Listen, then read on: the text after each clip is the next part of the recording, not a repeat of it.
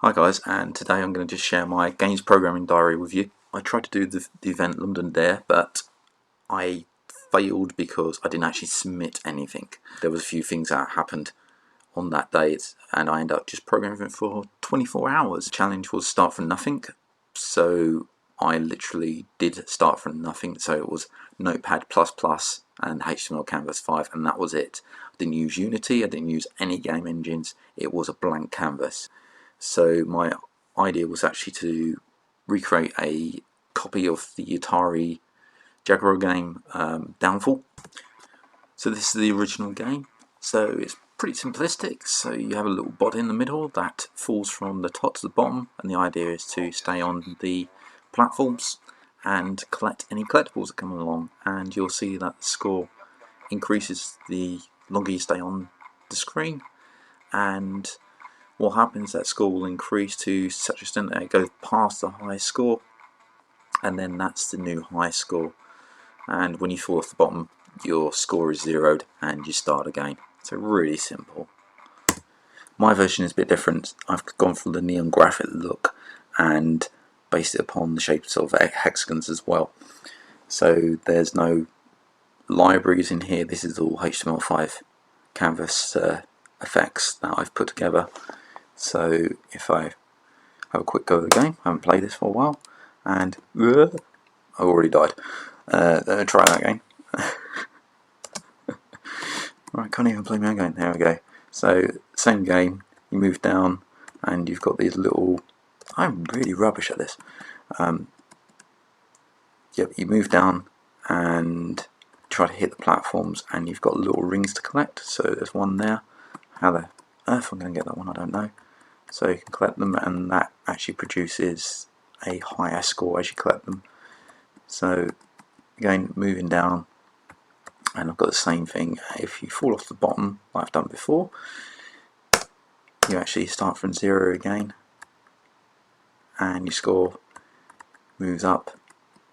And I've got a little SVG animation for the bod in the middle, and it's basically exactly the same principles, but it's all done in HTML5 canvas and very simple neon effect. The only graphics I've got is the bod and the actual background, which is a star field. So I'm going to show you actually the code, because what I did is saved each hour I saved the code off, and so I could actually do a diary of how the 24 hours went. So hour 1 is very simplistic. So platform, scores, gradient background, and a small bot that runs about, which is just made up of a canvas plot and draw. That's turtle, what I'm talking about. Canvas, circle, and line 2, move 2 elements on here. So very simplistic. And the code, basically get the canvas on screen, creating a few classes for the platform. So simple platform class there with a draw.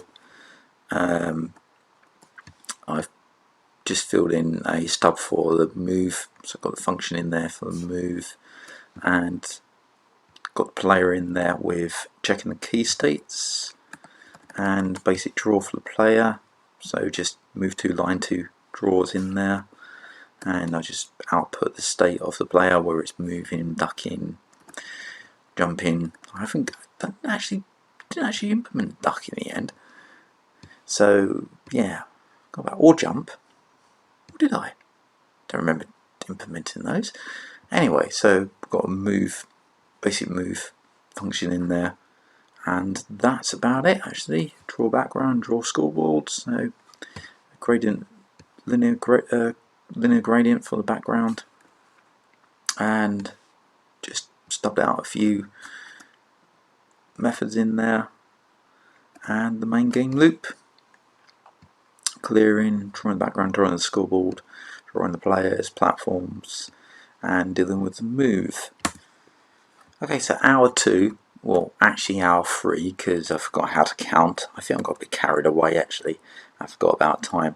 So in hour 3 I got a very simple a couple of platforms moving up and down, and I'm able to do a bit of collision collection on the falling of the actual player itself.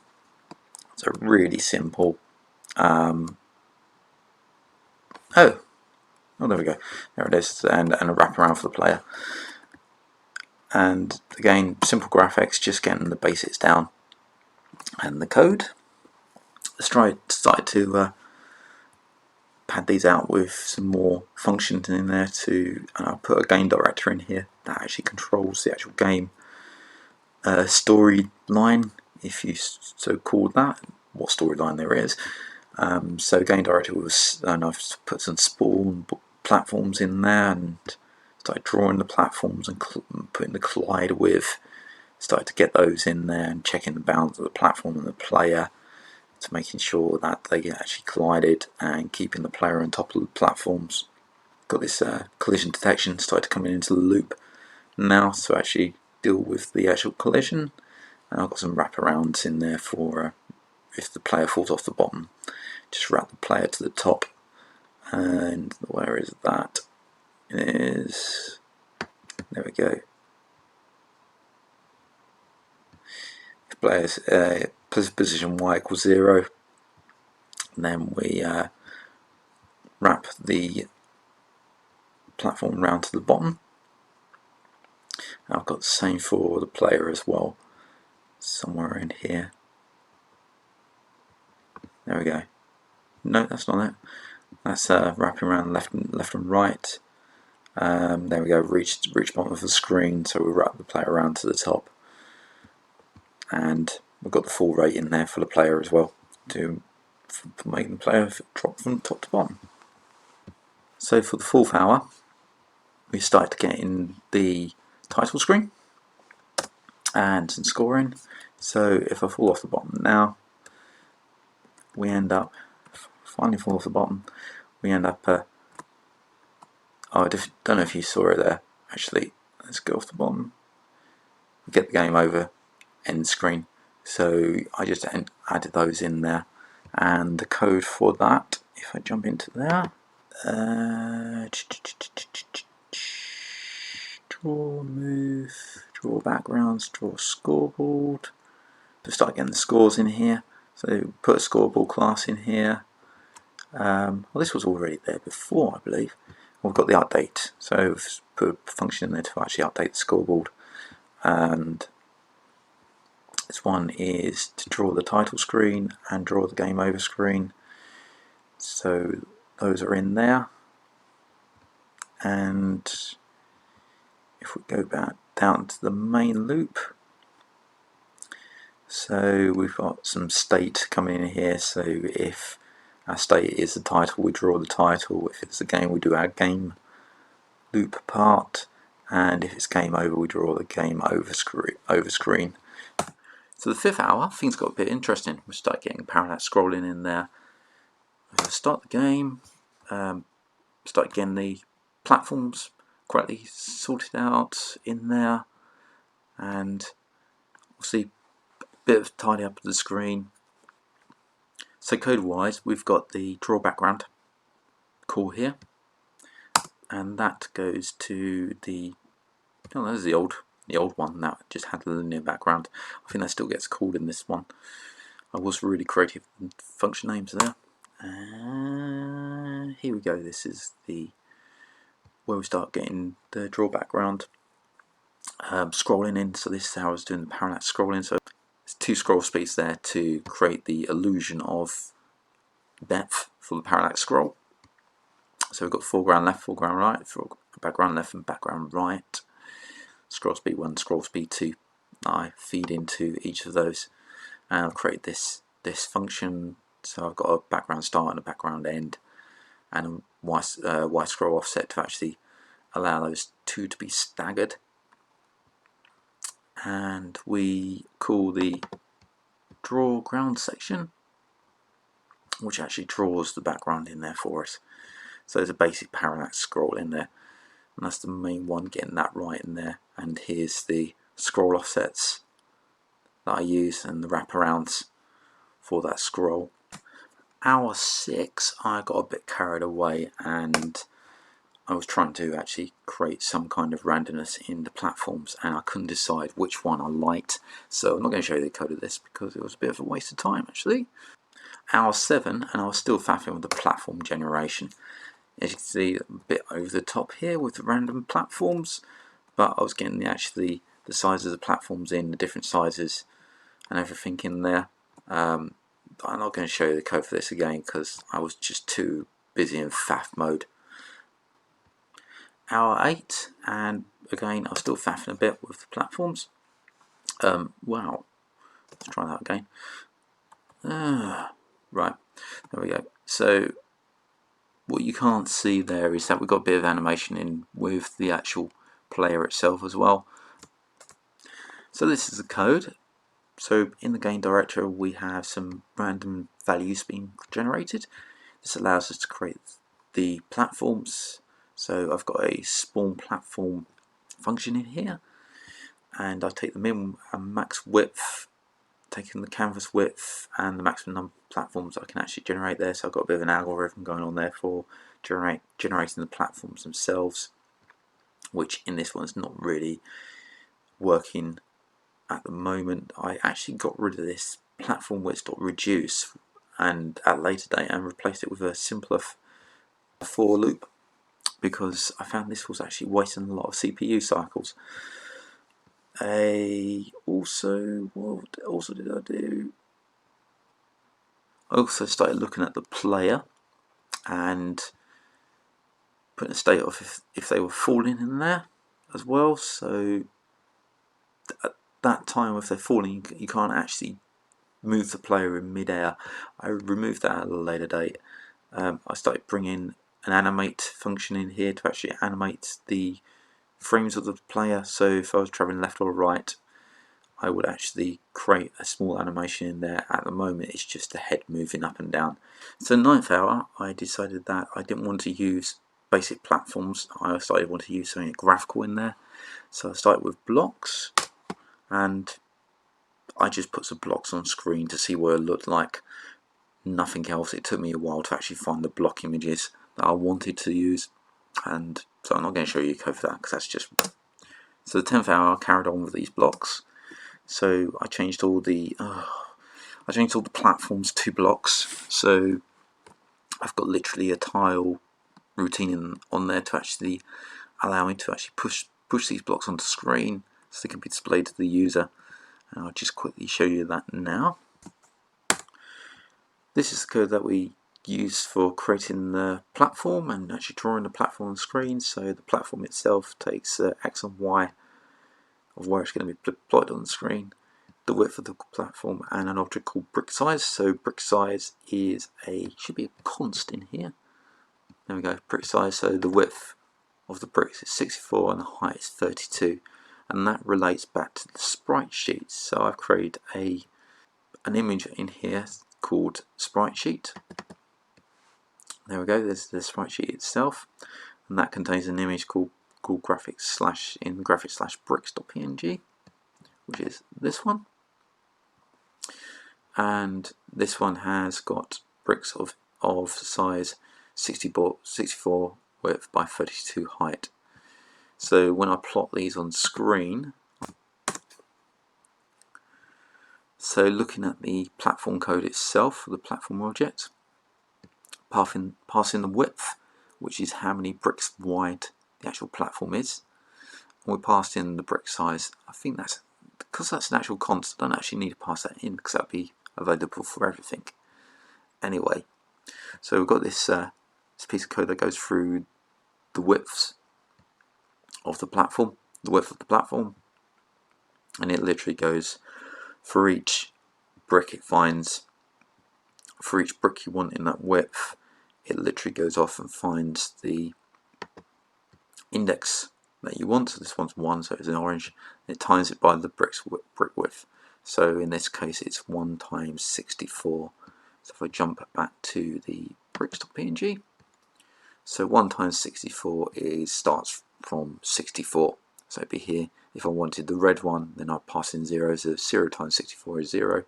So I start from here. So as simple as that. So for the 11th hour, well, I got rid of the tiles, so a bit of more time wasted there, and I decided to, well, everybody loves hexagons, so I went down the hexagon route. So I wanted a background of larger hexagons for the slow moving background, and the fast moving foreground I wanted the smaller hexagons with a bit of transparency in there. So this is the code, and our main function in here is the draw hex function. Now I pass it a series of values to actually create the hexagons on screen, and there's fill color and stroke color there, so I can actually get the colors that I need along with the transparency. And it's just a basic algorithm to creating hexagons on screen using line to and move to, and fill and stroke in there. And there's a function there to actually group them as well, along with the actual drawing the groups on screen. So the groups are two groups, one's for the background and one's for the foreground. So this was basically a bit of an experiment of actually creating these hexagons on screen with canvas. So 13th hour, yes, I've missed the 12th hour out again. I got a bit excited because it was something new, and at this time I was getting a bit tired, so it was been a long day, and I was about ready to wrap up. So a bit more on the actual background and testing a few things out and seeing what I can come up with. And this is the same for the 14th hour, I believe, as well.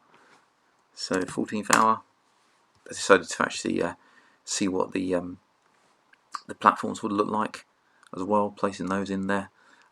This end look I didn't go with. Now looking back, I wish I did, because it looks quite funky. So the 15th hour was getting the actual hexagon background in there into the parallax scroll. So you can see I've actually added that in there. So for the code, the hexagons are actually drawn on screen with the line to and move to as before, but then after they've drawn to the screen, on the initial setup of the screen, I actually create images from them and use those for the parallax scroll. So I've rendered them out on screen and then created the images. I don't actually import them from an external file itself. So this is the whole canvas to image routine that I use after drawing them to screen, and the whole get image, so literally taking parts of the canvas and actually creating new images from them. And then I use that in the parallax scroll, which is down here. There we go. So this is a part of the parallax scrolling routine here, on our draw, and this is our update where I update the parallax scroll as well. So 16th hour, I looked at creating neon effects in HTML5 canvas for the actual hexagons. So as you can see here.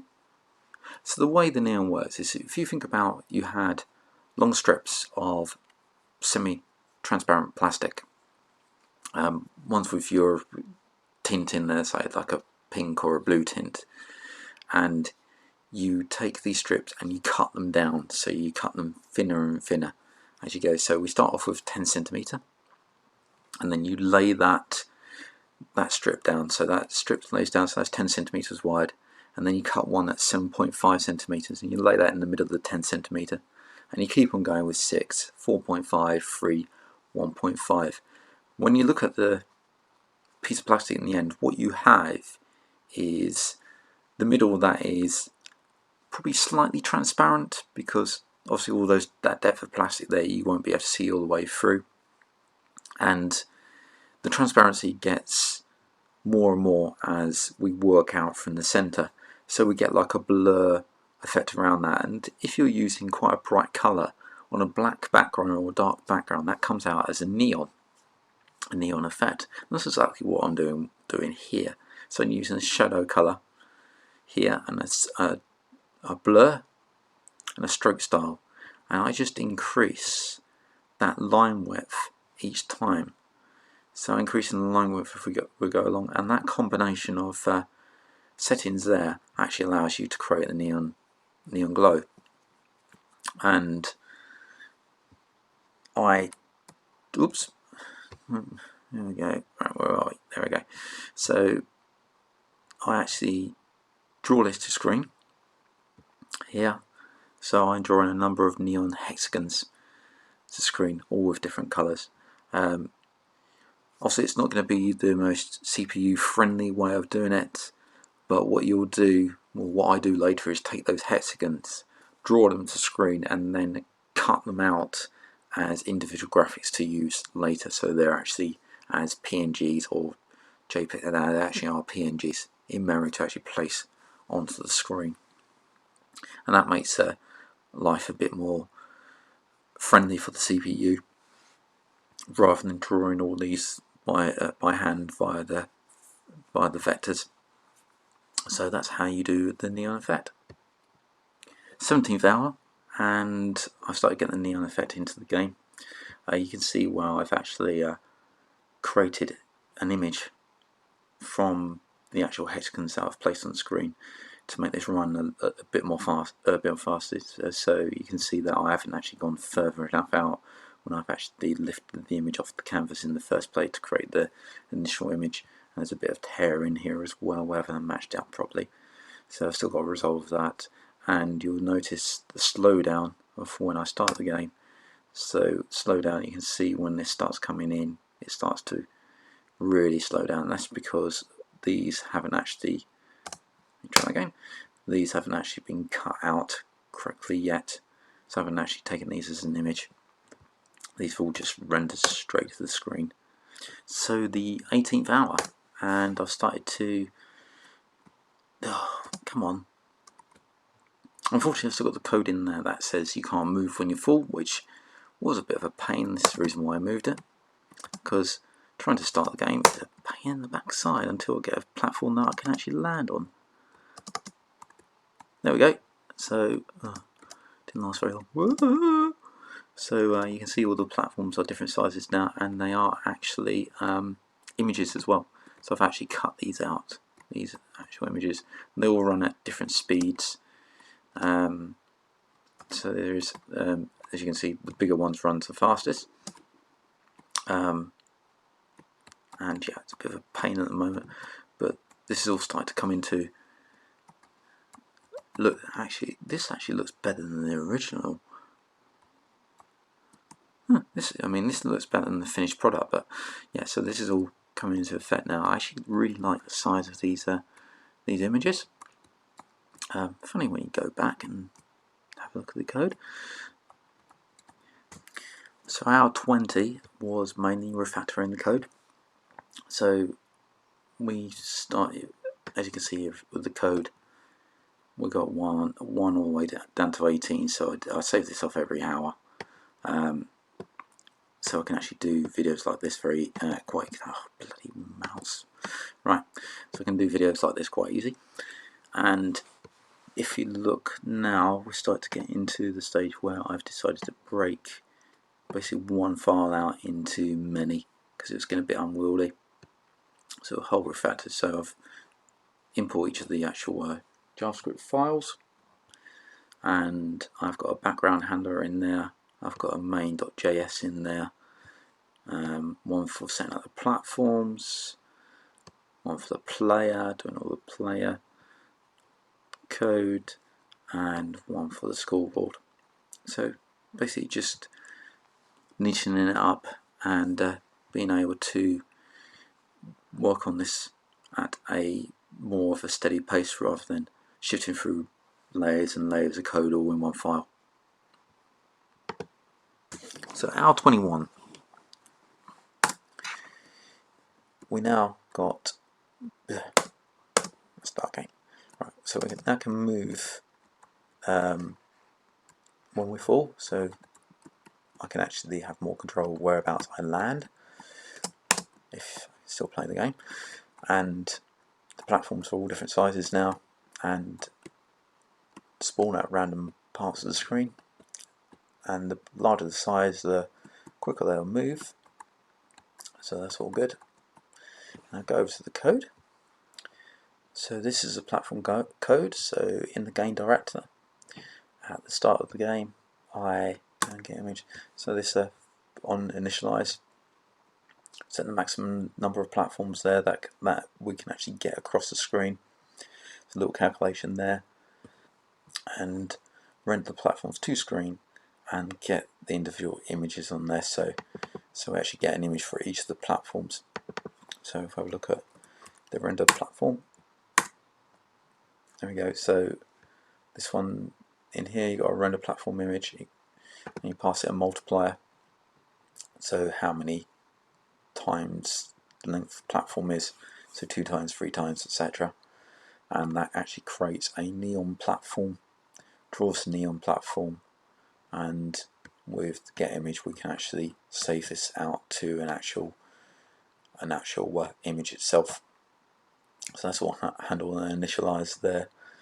And this actual game director has 2 objects in it. One's an asset handler and the actual game director itself. I think I actually sectioned both those out into separate files at a later date. So that handles that. The player.js, we've got the animation in there, which is still there, which still needs some work because we haven't actually got any images in there yet. And the movement, as you can see, left and right are now not restricted by the falling of the character. So if the character is currently falling, you can still use left and right on there. And there's our drop function with a fall rate. There's a problem with this fall rate at the moment, that when we restart this game, this fall rate isn't actually zeroed itself. If it doesn't actually collide with a platform, the fall rate is actually still incremented over and over again. So if you don't collide the first time a platform falls straight through the bottom, your fall rate will just keep on increasing until you do. So that was a later bug that I sorted out. So that'll do for that one. So at hour 22, I started working on some animations. So I started first drawing these. So let me open these up. Reveal Explorer, there I go. So I started creating a running man animation with SVGs and Inkscape. So the individual frames. So this was the hour spent getting this to what I wanted, and it was a nice welcome break actually from programming, because it's nice to actually go off and do some. There is no 5. Yeah, it's nice to go off and do some something different. So it's a basic animation, so you can see there. So I use those as each of the frames. So hour 23, I actually got the animation in, and hopefully I can hit a platform, but I couldn't. Come on, you know you can get one. Yeah, we got one there. So also I've got some skid in here as well, so the player actually can skid off to the side of the platform. There we go. Can even moonwalk, look at that. So yeah, so that's all done. The platforms I decided to actually keep all the same speed, makes life a bit more easier and a bit more controllable. And the animation is all working there, and I can show you that code. So this is the code for the animation. So I'm in the player, and if we look here, I've got the frame index I'm using there that drives the animation. And on the animate, if I'm falling the frame index, I always put 1. And I've got a calculation here. If I calculate the distance travelled by just adding the speed, and if the distance travelled is greater than 5, say 5 pixels, I actually increase the animation frame index, and if it's the frame index above 3, then I'll write around to 0. So that allows me to do the actual the frame of the running man. And I've got a direction down here in the draw, so if I'm pointing left, then I have to actually flip the image over so the man looks like he's pointing in the correct direction. And obviously the move right and move left are in there for the actual movement of the actual bot on the screen. And I've added this little skid function here to allow you to skid on the platforms. It makes that game a little bit more interesting. So that's all in there. So the 24th hour, last and final, and basically we just took the text itself and create that as a neon effect, and put some extra jazz in the background with the text just repeated. And I've just put some some nice sugar on top of this by changing the scores to be in neon with the scoreboard being transparent. Oh yeah, added some collectibles, nice collectibles in there now, and also changed the SVG animation so it looks neon. Basically all that is a transparent image with a white background, so a white outline on the image. So it's just basically jazzing everything up in this stage.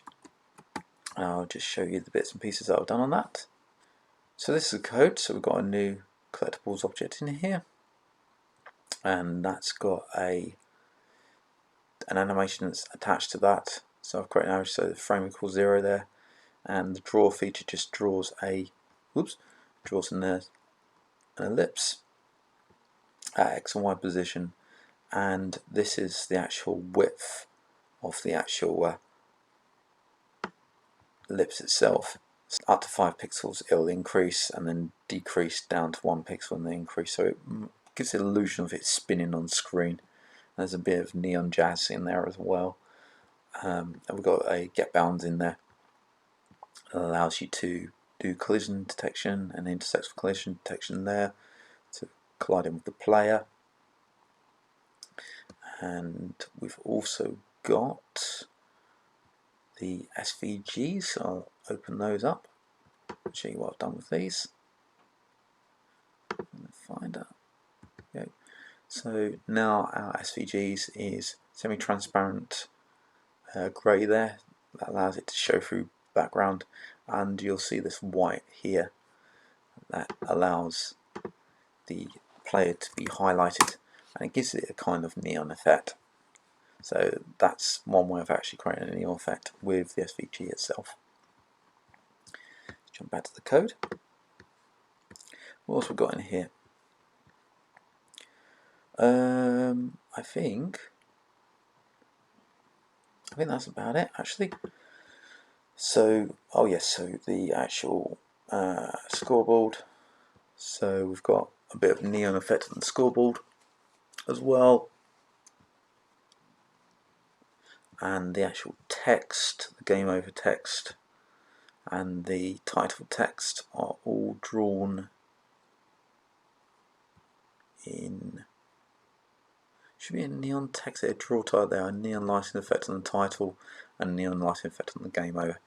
So that allows a nice bit of sugar on screen. There's the game over. So nice bit of text there with a bit of neon effect, and yeah, and place that on screen as well. Press spacebar to continue with a neon effect as well. So that's the end of the diary. So I hope you enjoyed. Sorry it was a bit long. Might have been a bit boring in places, but each time I'd create a game, because I'll be looking to do more of these 24-hour challenges or 48 challenges, and actually probably entering the event itself as well, see how I do.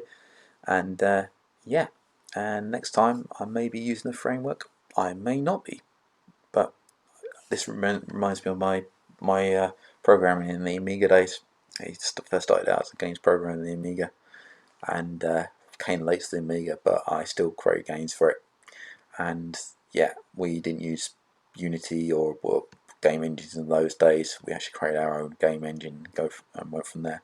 And it was nice to actually revisit actually doing stuff from scratch rather than using a framework or an engine. But there's an art in both those sides of things, so it's up to you what you use. And all the best, and I hope to see you again with some more of these game diaries and some programming tutorials in the future. Cheers for now.